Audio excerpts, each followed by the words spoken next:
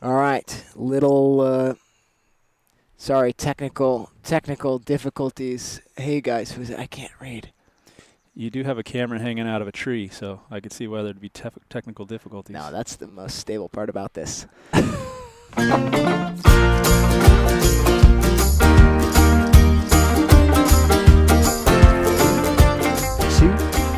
1.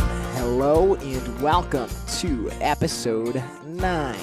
9, right? 9. I think that's Episode correct. 9 of the Restoring Human podcast. I am Jarek Bakken. I'm Dr. Alex Arguello. And today we, first of all, let's just point out the elephant, literally with these trunks hanging from our headphones here. Got a little bit of a new setup today, trying it out. You can let us know how it sounds, and if you like this. We're a little more free, mobile, agile. Kind of weird for me because I do like to touch the mic. That's true. Today, first of all, before I get too far, once again brought to you by Great River Family Chiropractic. For a free chiropractic consultation, go to greatriverfamilychiropractic.com/restoringhuman. Today, back to our conversation from last week. So, last week we framed it up, our conversation, as talking about nutrition and eating for health versus eating for aesthetics. Can you give like a super fast recap of kind of where we went with it last week? Yes, I can. Well, like I said last week, nutrition, when you're talking about health, nutrition typically is everybody's favorite topic to learn about, not because everybody understands the importance of nutrition and why it is a big part of somebody being healthy, but everybody knows that the way they look has to do with the way that they eat. So they just really want to know what to eat to make themselves look better. Of course, if there's weight to lose, they want to know how to do that as quickly as possible and in a way that's going to keep it off as long as possible. So we kind of talked a little bit about how there's plenty of ways to do that, but not all of them are healthy. Yep. And kind of the recommendations that we would want to give from a nutritional perspective is one that's going to keep you thriving, keep you healthy long term, which, like we all like to talk about, is just getting back to the way people used to eat, as opposed to what people do now and try to single things out of kind of what nutrient I should be eating, what nutrient I shouldn't be eating, how much of those things should I be eating, when should I be eating, how many meals should I be eating, all those different things people try to play with. And what we're trying to say is just get back to how people used to eat as far as real food, and you're going to be fine with that thing. Yeah. And so one of the big high-level things we kind of hit on was the fact that the pretty standard American diet is, and, well, I guess we didn't touch on that, but one of the recommendations is to cut down on fat and eat a much higher carbohydrate diet. And we talked a little bit about what it looks like to eat higher fat instead because of the health benefits that are coming from that. Where we left off was talking about kind of performance and how there's this idea that when people are higher level athletes or doing higher intensity type work, that, and I guess not even higher intensity, but even like long duration work, just athletes in general have this understanding that I need carbohydrates, I need simple sugars to fuel that exercise or that performance. And one of the things you said right at the end, you kind of teased, was that actually it's not necessarily the best idea. Nope. And that's, again, because we get back to just how did people used to live, and people have never eaten as many carbohydrates as we eat now ever in history. And I know that they, again, they were just living life, right? There wasn't these huge, they weren't trying to eat to perform. There weren't these big exercise events that they were trying to be successful in. So, yeah, it might be a little different there. But what they're starting to find is even from a performance perspective, if athletes or even just the everyday person that's trying to perform the best in the gym to get the most out of their workouts, if they just got back to the way people used to eat, they would be a lot better off. Mm-hmm. Just because the fat, number one, is not the bad guy when it comes to things like heart disease and cholesterol problems that everybody thought. It's also not the bad guy in whether or not you're going to put on weight or keep you from losing weight. But the other thing that people don't understand about fat is it's also a very good energy source. And for you to perform well, you can get a lot of your energy from the fat that you put in your body, but also the fat that's already on your body, as opposed to always having to refuel your body with carbohydrates. Our bodies are, again, amazing, and they can kind of go back and forth from burning these carbohydrates for energy, but also they can burn fat for energy. Mm-hmm. But some very specific things have to happen if that's going to be the case. And I know we'll get into some of that. But what's kept us from being able to go back and forth is always putting so many carbohydrates in our body. Yeah, so I guess I'll play devil's advocate a little bit. And for a lot of people I know who understand, well, I guess actually maybe we should back up even a little further. People who understand kind of that whole carbs for energy type of thing. What's actually happening there internally that's creating, I mean, eating these, we talked about those goo things yesterday, or even starchy grains, or like a banana. What's taking that and turning it into energy? Well, your body basically breaks it down and processes it into a glucose molecule. So carbohydrates will always break down into glucose, which is just a form of sugar in our body. And that can go right into the energy pathway systems in our body to make something called ATP. So for anything to happen, including exercise, but also for your heart to beat, for your lungs to breathe, for your stomach to digest food, everything that happens in our body requires this ATP. So in order for us to make ATP, we can take glucose, and it can go through that pathway and make that. And that can happen very quickly. Mm-hmm. So your body can use the food that you're eating in a form of carbohydrate, but it also stores some carbohydrates in the body as well, in the form of what they call glycogen. Mm-hmm. And it can put those through that, or put those sugar molecules through that same pathway to make energy. So that's kind of what's happening in the body, and why people, again, think that if they need energy and they need it quickly, that we have to always be putting carbohydrates in our body. Yeah. So what then do you say to somebody who understands that they're told to eat higher fat, and they try it and they feel like garbage? Well, in the beginning, I'm assuming Right, you're saying? right. So our bodies get used to that sort of process, that I need carbohydrates for energy, and that's how my body works. So if I kind of deprive my body from that energy source, my body's going to be like, what in the world's going on? I need this energy source, so it's going to crave or demand that more sugar happens in the body. So the body can kind of break down other things, other nutrients to get to that sugar molecule, that glucose molecule. Or if that's not possible, then it'll just kind of make you take in more carbohydrates. Mm-hmm. Because like you just said, I'll just be depleted of energy. I won't have any. I'll feel terrible. Mm-hmm. So then I know, well, my body needs energy from carbohydrates, so I'll just give myself more and more carbohydrates. It takes time for the body to be able to relearn how to burn fat for energy. Sure. So if that never happens, then you're always going to feel like crap. Sure. But thankfully, because our body, again, is intelligent, can figure that out as long as we're giving it what it needs and staying away from what it doesn't.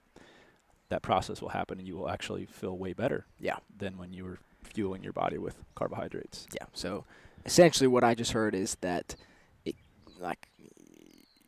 if you've created enough damage to where you're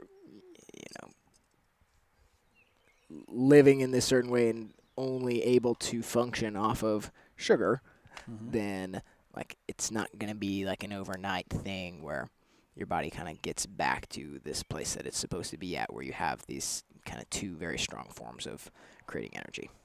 Right. It takes time. I mean, really everything takes time. Your body doesn't immediately change. And that's going to be different for everybody, how long that actually takes. But we say it all the time. If we can just get back there over time, the body will adapt. The body will get back to the way that it was created to live, and it will happen. So regardless if you feel like crap for a day or for a week or for even a year, eventually that's going to happen. Your body's going to switch over to actually function the way it's supposed to. Yeah. So let's talk about going kind of completely to that other end. What is this other form of creating energy that our body has? Like, what does that process look like? Well, so that same energy pathway that the body uses sugar for, the body can break down fat and use it the same way. What's amazing, though, is what they're finding is just like anything that creates energy, there's byproducts of that. There's waste. That same thing happens in our body. So when we create energy from a glucose molecule, there's those waste products. And we create a certain amount of energy, and we also create a certain amount of waste products. But what they're finding with fat is we create way more energy with fat and way less waste with fat. So they're finding it's more effective and it's more efficient when you actually do that. But again, your body has to be set up in a way where it can actually utilize fat for energy. Yeah. And I guess we can just go there now of why that's the case. The biggest reason of why so that whole process, there's a bunch of different things that are happening. There's enzymes required, there's minerals or vitamins that are required, but there's also hormones that are kind of controlling that whole thing. And the primary hormone that does that is called insulin. I would say what the whole industrialization of our lifestyles, what we're trying to kind of make up for this whole process. One of the biggest reasons why we're so sick and why as related to food, how that's all changed is because of people's hormones are so thrown off now, and specifically insulin, because it leads to so many other problems. But one of the biggest things that insulin does is it shuts off your body's ability to burn fat for energy. So if you have high levels of insulin being produced in your body, regardless of what you're doing in the gym, regardless of anything else that you're doing as far as health, your body can't switch over to becoming a fat burner. Yeah. So you'll always be that sugar burner. So you'll always be in that cycle of needing more and more carbohydrates. Right. And again, you can have high insulin levels most of the time because insulin's also a fat storage hormone. Most of the time, those people are going to be overweight or obese. Yeah. But you can have high insulin levels and look fit and have muscle on your body. So that's probably why you always have to go back to requiring more carbohydrates for energy because of insulin. The overabundance of sugar has led to a point where you can't live without sugar, is what I just heard you say. That's pretty crazy, but that's exactly what is happening. Because again, your body gets trained to function that way. Now, there's some other stuff that goes into it. There's actually something that happens in the brain because sugar tastes really good. Yeah. There's this pleasure pathway that happens, and even an addictive pathway that happens that makes you also want to continue eating sugar. But when we're just talking specifically with hormones and why somebody, back to the aesthetics thing of why they can't look better, but even though they feel like they're eating well, it's that overabundance of carbohydrates, and now that's requiring your body to need more carbohydrates to stay functioning. Yeah. So one of the things you mentioned was that when we're in this kind of fat burning state, it's actually used so much more efficiently and less waste and all this. And so one of the things that has kind of come up, I guess I don't know how recently, but recent to my knowledge, is this ketogenic diet, where it's 100% in that fat burning state, and next to no carbohydrates whatsoever. Can you explain that to us a little bit? I think so. It's actually been around a really long time, Right. but because of the whole how fat was demonized, it kind of just got hidden. But there's been a lot of doctors that have been using it as even a therapeutic, from a therapeutic perspective, therapeutic approach, specifically with brain type, neurological type issues. So the best therapeutic approach that's ever been studied on seizures is a ketogenic diet. That's cutting out all forms of carbohydrates, to just getting a little bit of carbohydrates and going 80, 90% fat in your diet. And to just see the huge impact that it has on your brain. Now, why would that be the case? Well, because most of your brain is made up of fat. So if you, what do I got, a bug here? No, you're just kind of scratching your whiskers there. Oh. I can hear that. Sorry. So, so yeah, so that just, it's been studied for a really, really long time, but it's starting to get more and more popular now because, number one, it's being studied a lot more because we've just gotten to the point where pretty much everybody now is figuring out this low-fat thing is a bunch of bull crap. So we're starting to move to, well, if that's that terrible, then maybe we should go to complete opposite and go really high fat. Extreme, yeah. But they're starting to study it with cancer. They're starting to study it with, again, I mentioned a few weeks ago with the Alzheimer's stuff. They're studying it with heart disease. There's just, it's pretty early, and I guess the research to know how great of a way of eating that is, but it's pretty powerful when you actually look at it. Did I answer your question? I think so. Yeah, I mostly just wanted a kind of an overview of what that was. Last week I mentioned, so we were talking about calories and stuff, and I had a little asterisk by you have to be in this like deficit and balancing out these calories. And the one thing I was thinking about is the fact that like because burning fat is so much more efficient, like a ketogenic like baseline daily nutritional requirement is exponentially higher than like what you would need, when people are talking about counting calories and what you need to stay the same weight. If you're burning that fat, you have to be eating a lot more because you're using what you're eating a lot more efficiently. Yeah. Yeah, and especially if you're one that's exercising and stuff and using you're utilizing energy more efficiently, more effectively than people that are sedentary. Yeah, so back to the kind of the calorie thing. You asked me last week when they even came up with that. Yeah, did you look? I did look into that, and they actually don't really know. It's somewhere most likely in the early 1800s. Somebody kind of discovered this. But again, it's just back to how it's a way of measuring energy. Basically, they'd say 1 calorie. How they find out something is 1 calorie is however much energy it requires to raise water 1 degree temperature bar. 1 degree Celsius. Yeah. So then in I guess the kind of the mid 1800s, late 1800s, they started to apply that to food, and then there was this book. I think it was called. I'm not going to remember. Basically, it was a cookbook, and the lady that wrote this book was one of the first people to start to put a name to macronutrients. Oh, okay. So started to talk like a food chemist. Nice. So food used to just be beef, apples, butter. Sure.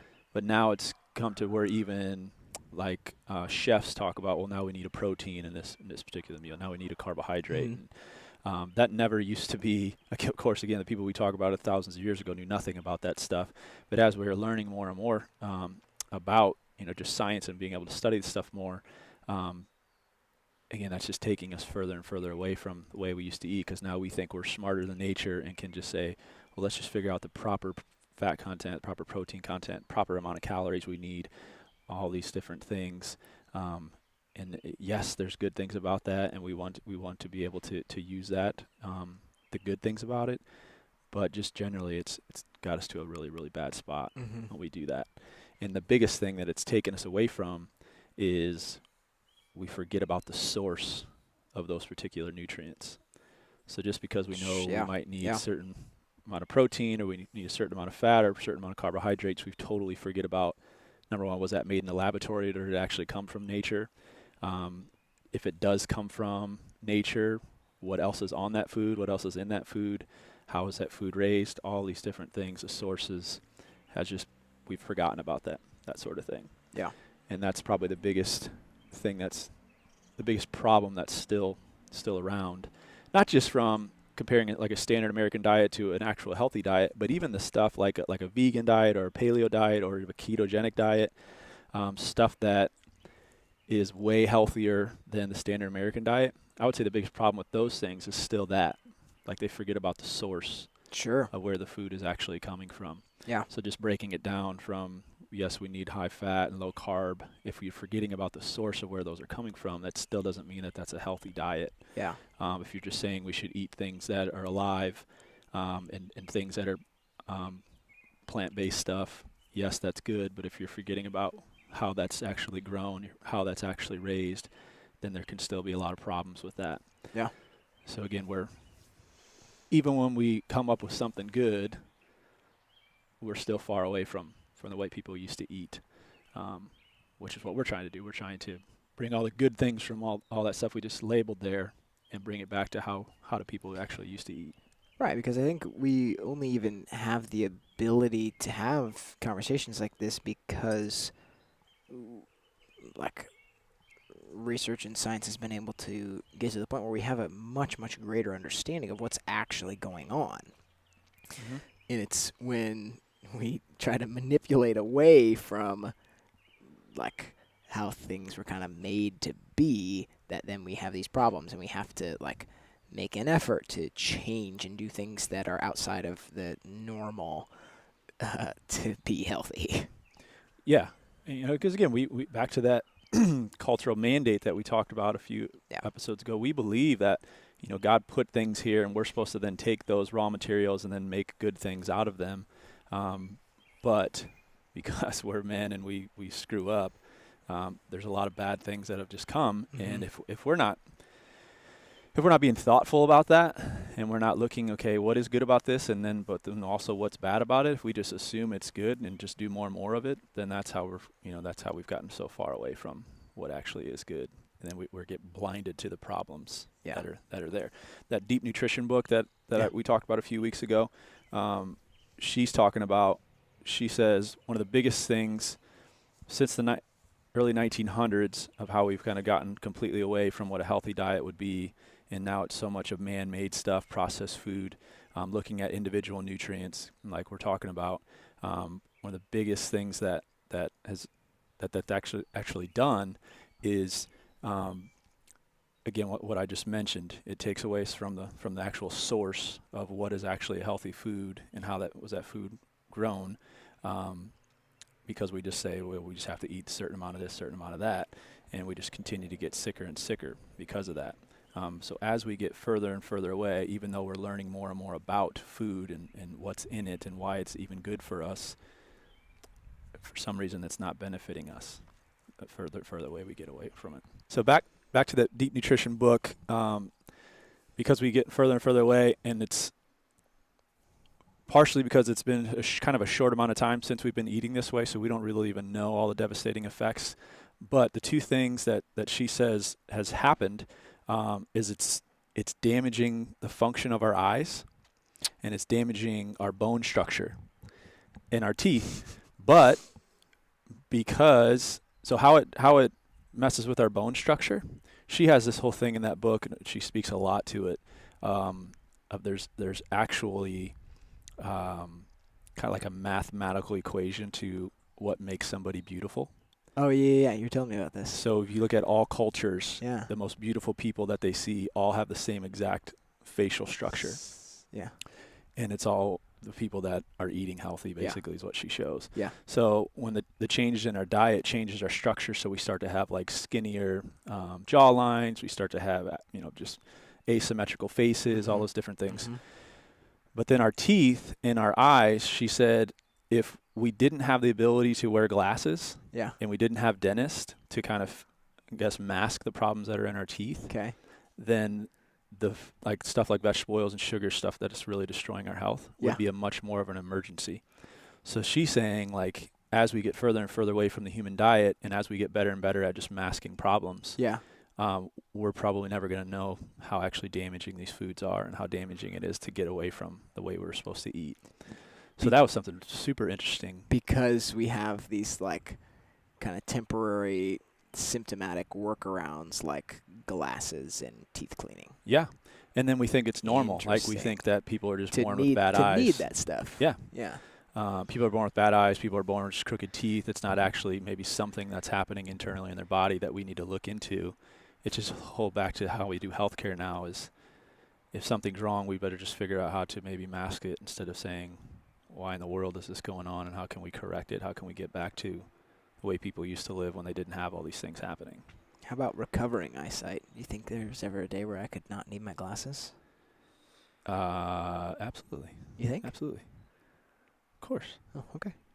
That's one of my testimonials in my office. Seriously? Changed nothing. I just started adjusting her and she got rid of her glasses. Really? I should like try it more often. Now, don't hear me say that chiropractic cures No, bad eyesight. No, I didn't hear that at all. Some listeners probably heard that. That's true. Okay. I want to take it back even a little bit further. So we've been talking about the human diet, kind of talking about the processes that the human body has to be able to create energy. What about way back to kind of this more hunter-gatherer mentality where people might not eat for days at a time? Mm-hmm.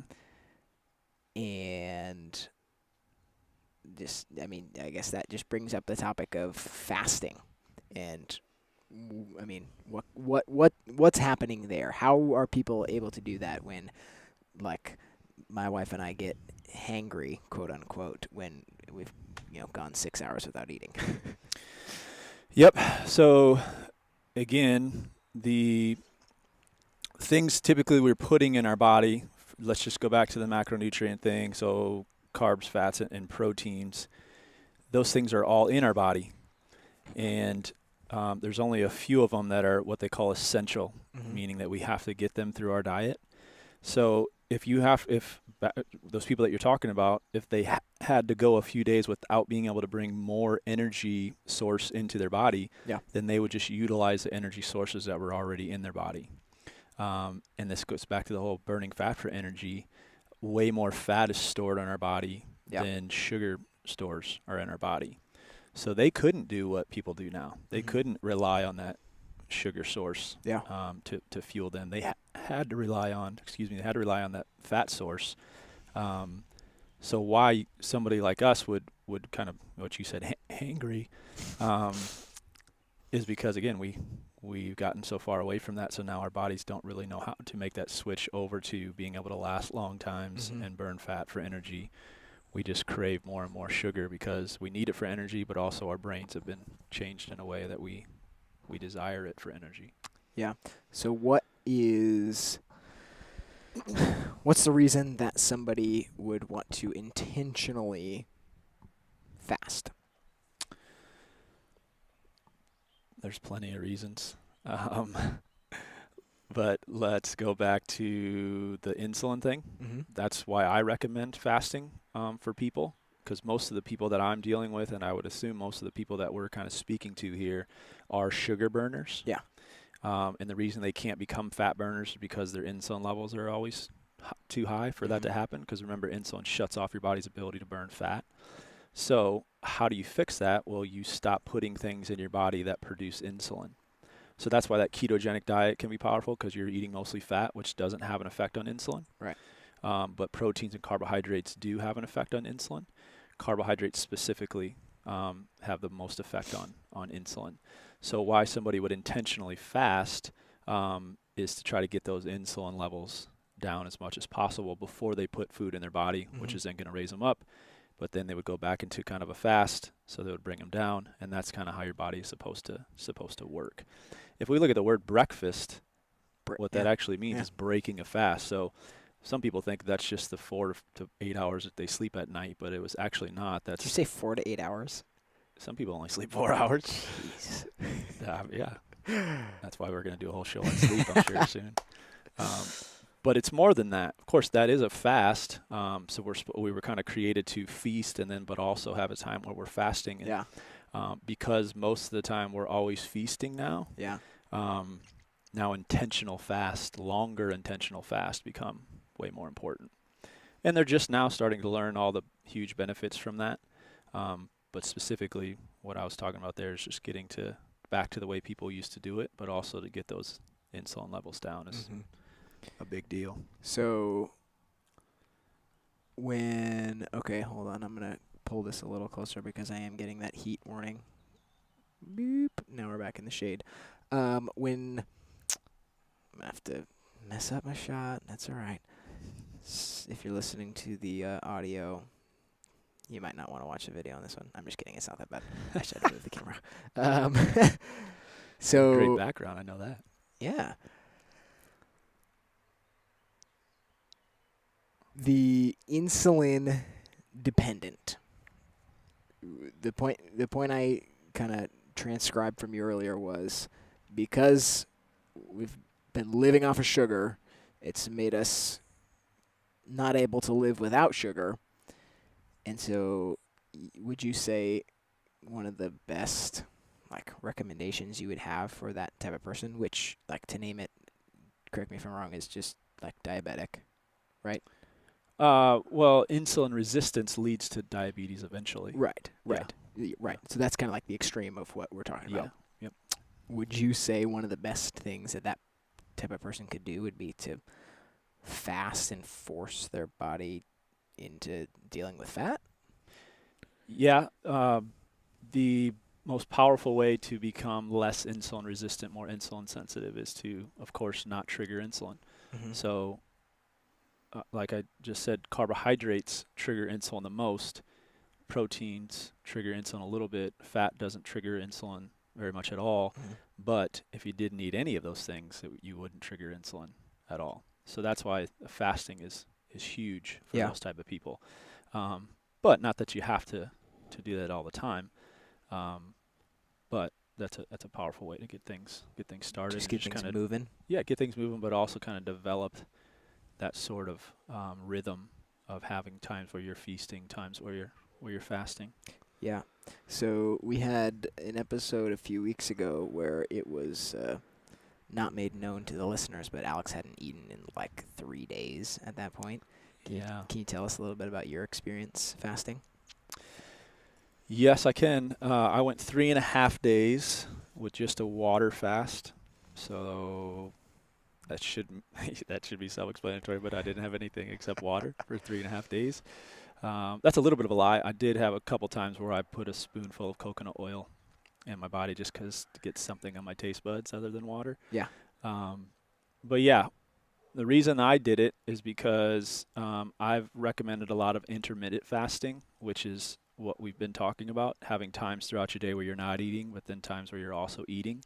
Extending that time where you're not eating is intermittent fasting. But if I was going to recommend an extended fast, 3, 7, 10-day fast, then I wanted to experience it myself before other people did it. You just made a few people crap their pants. Yeah. But the other reason I did it is because they're finding in research when you do that, you get into that state of ketosis like we're talking about, and it's just very powerful for your health of your brain. Kind of cleansing out abnormal cells that are really throughout your body, but also in your brain. Mm-hmm. That Tripping Over the Truth book that we recommended in our education episode was a book that was about this other book called Cancer's a Metabolic Disease, and the guy that wrote that says the most powerful cancer prevention modality you can use is a 7-day fast once a year, and you can pretty much eliminate any chance that cancer cells are going to develop in your body. So partially due to that, but then also I wanted to see what it did to my brain. Um, 24 hours was pretty easy. I think just because I was motivated enough to do it, and I Yeah. kind of set up my life to be the most successful. They say the second and third day are the hardest, which is why the 7-day thing is recommended, because once you get past day 2, 3, then it actually becomes pretty easy to get Yeah. to 7. Um, so day 2 was definitely the hardest for me. It was a struggle, not because I was hungry. I bet over the course of that 3.5 days, I got hungry maybe once, meaning like my stomach was growling, and I was just like, man, I should probably put food in my body. There were other times where I wanted food, but I knew that was just hungry up here, Yeah. or maybe here because I like the taste of things. Hmm. It wasn't actually hungry that my body needed food. Yeah. Um, One of the probably the biggest things that I experienced was the amount of energy and clarity in my brain, Hmm. just because digestion of food takes so much energy away from you. Yeah. When you're not needing to digest, you have more energy, and when you cut all that, when I said when your body breaks down things for energy, there's a lot of waste products. So if you're not needing to break down that food for energy, there's less waste. So that just kind of brings more mental clarity for you. And plus the ketones that I was producing when I Hmm. was into ketosis also is good for the brain. So it was actually a pretty good experience. The reason I stopped is because I asked the guy that I read the most about fasting, and he said in order to get the benefit that I was primarily looking for, which is the brain stuff, I would have had to have went 7 to 10 days. Hmm. And I was like, I don't really think I want to go 7 to 10 days for my first one, so I stopped at 3.5. But it wasn't because I was dying. Yeah. It was just because I chose to, Yeah. which is a difference, because a lot of people say fasting is pretty much starving yourself. Well, the difference in starving yourself and fasting is when I'm fasting, I can choose to eat any time. Sure. When you're starving, you can't choose to eat Sure. because you don't have any food to eat, or somebody's depriving you from your food source. Hmm. And there's a lot of mental stuff, Yeah. mental stress, Difference. emotional stress that comes in with that makes things go, your physiology becomes in a state of stress instead of a state of healing and repair. Yeah. So that's the big difference in fasting and Starvation. starvation. Yeah. Why was coconut oil your asterisk food of choice? Because it's only fat, it's saturated fat. And one of the the fatty acids that are in it, is also ketone producing. So I was already producing ketones just by fasting, but Hmm. also just kind of magnify that effect by putting that type of fat in my body. Yeah. And again, it wasn't going to ruin my fast because it doesn't spike insulin at all. Right. When you spike insulin, it takes away any sort of benefit from fasting that you're doing. Sure. So that brings me to some. Okay, you took it to that intermittent fasting, kind of getting these brief, glimpses of some of the benefits from fasting and this kind of ketosis. Uh, Something that's crazy popular is bulletproof coffee. Hmm. What's going on there? So you talked a little bit with the coconut oil. Like, why is that such a big deal? Well, there's just what he's found is the combination of what are called polyphenols Mm-hmm. in the coffee.